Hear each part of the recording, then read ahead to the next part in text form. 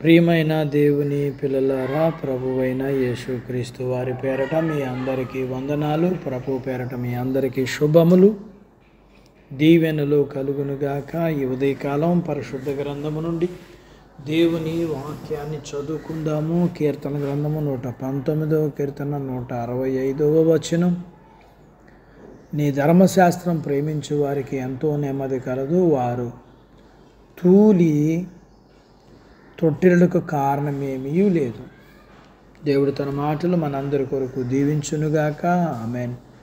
ప్రియమైన దేవుని పిల్లలారా, ఆ గొప్ప దేవుణ్ణి ప్రేమిస్తే ఆ గొప్ప దేవుని సమాధానం మనకు లభిస్తుంది. అలాగే గొప్ప భద్రత కూడా ఉంటుంది. దేవుని ధర్మశాస్త్రం అనే సమాజంలో మనం ఎప్పుడూ నివసించేలా జీవించగలిగితే ఈ ప్రపంచంలో ఎవరో ఇవ్వలేనంత విశ్రాంతిని వాక్యం మనకిస్తుంది. పరిశుద్ధాత్మ దేవుడు వాక్యం ద్వారానే తన ఆదరణ మనకు అనుగ్రహిస్తారు. మన ఆత్మలో భయంకరమైన తుఫాన్ లాంటి పరిస్థితులు అలుముకున్నప్పుడు వాక్య ప్రభావంతోనే వాటిని మనం నిర్మూలించగలుగుతాం. దేవుని వాక్యం ఎవరిలోనైతే సమృద్ధిగా నివసిస్తుందో వారికి ఏది అడ్డుగా నిలవలేదు. అలాంటి వారు తమ శిలువను అనుదినం మోసుకుంటూ వెళ్తున్నా అది వారికి ఆనందంగానే ఉంటుంది.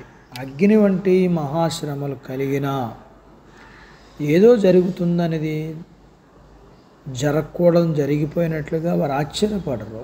ఎందుకంటే అది వారిని ఏమీ చేయలేదు కాబట్టి. చాలామంది మంచి ధన సమృద్ధి కలిగినప్పుడు ఆత్మీయ మార్గంలో కుంటుపడతారు. కానీ దేవుని వాక్యములని తమ జీవితాలను గడిపే వారికి ధన సమృద్ధి కలిగినా అది వారి ఆత్మీయ జీవితాన్ని ఆటంకపరచలేదు.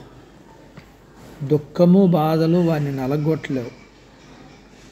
వారి ఈ బాహ్య జీవితంలో సంభవిస్తున్న మార్పులకు అతీతంగా జీవిస్తారు. ప్రభువారు వారి ముందు ఏదైనా గొప్ప విశ్వాస సంబంధమైన మర్మాలను వారు ముందుంచినప్పుడు వాక్యముతో తమ జీవితాలు నిర్మించాలనుకున్న విశ్వాసులైతే మారు మాట్లాడకుండా అనగా ఎదురు ప్రశ్నించకుండా దాన్ని అంగీకరిస్తారు. ఎందుకని అంటారా? దేవుని వాక్యం ఎడల వారికున్న భయభక్తుల ద్వారా వారు సమస్యలను అధిగమించగలరు. అందుకని ప్రభు దగ్గర ప్రార్థిద్దాం, వాక్యాన్ని ప్రేమించే మనస్సు ఇవ్వు అని. అలాగే శాంతి, సమాధానం, నెమ్మది కలిగిన జీవితం కావాలని ప్రార్థిద్దాం. దేవుడు తన మాటలు మన కొరకు దీవించునుగాక. ఆమె ప్రార్థించుకుందాం. నాతో పాటు ఏకీభవించండి. మమ్మల్ని మిక్కిలిగా ప్రేమించిన మా ప్రియ పరలోకపు తండ్రి, మీ పరిశుద్ధ నామమును బట్టి మీకు వందనాలు. ఈ ఉదయకాలం మీ పాదాల దగ్గర మీ లేఖనాన్ని నేర్చుకోవడానికి సహాయం చేశారు. మీ వాక్యం మమ్మల్ని బ్రతికిస్తుంది. మా బాధల్లో ఇదే మాకు నెమ్మదిస్తుంది. అవును, మేము మీ ధర్మశాస్త్రాన్ని ప్రేమించినప్పుడు మేము నెమ్మది కలిగి జీవిస్తాం. భక్తుడు ఇలాగ అంటున్నాడు, నేను పాపం చేయకుండానట్లు నీ వాక్యమును నా హృదయంలో భద్రం చేసుకుంటున్నాను. మీ వాక్యము మా జీవితాల్లో అది ఎంత మాకు మేలు చేస్తుందో, ఎన్ని విషయాల్లో మాకు మేలు చేస్తుందో, మీరు మేలు చేయొచ్చు సంచరించు నన్ను అన్నట్లుగా వాక్యం మా జీవితాల్లో చేసే ప్రతి మేలుకు మేము పాత్రులగునట్లుగా మేము వాక్యాన్ని కలిగి ఉండటకు మీరు మాకు సహాయం చేయండి. మీ పిల్లలను కలిగినంతటిని దీవించండి. చిన్న బిడ్డలను, యవనస్తులను, వృద్ధులను, స్త్రీ పురుషులు, వారి చదువులు, ఉద్యోగ ప్రయత్నాలు, ఉద్యోగాలు ఆశీర్వాదం, పొలాలు, పశువులు, వ్యాపారాలు, చేతి పనులు దీవించండి. అంత మాత్రమే కాదు, మీ పిల్లల యొక్క కుటుంబాల్లో వివాహాలు కాని వారికి అవ్వటానికి, వివాహమై గర్భఫలం లేని వారికి గర్భఫలం కలిగిన వారికి సుఖమైన ప్రసూతైన తల్లి పిల్లలకు ఆరోగ్యం ఇవ్వండి. మీ పిల్లలను కలిగినంతటి మీరు దీవించి ఆశీర్వదించమని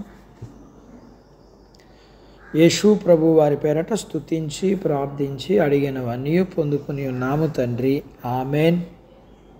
దేవుడు మిమ్మల్ని దీవించునుగాక. ఆమెన్.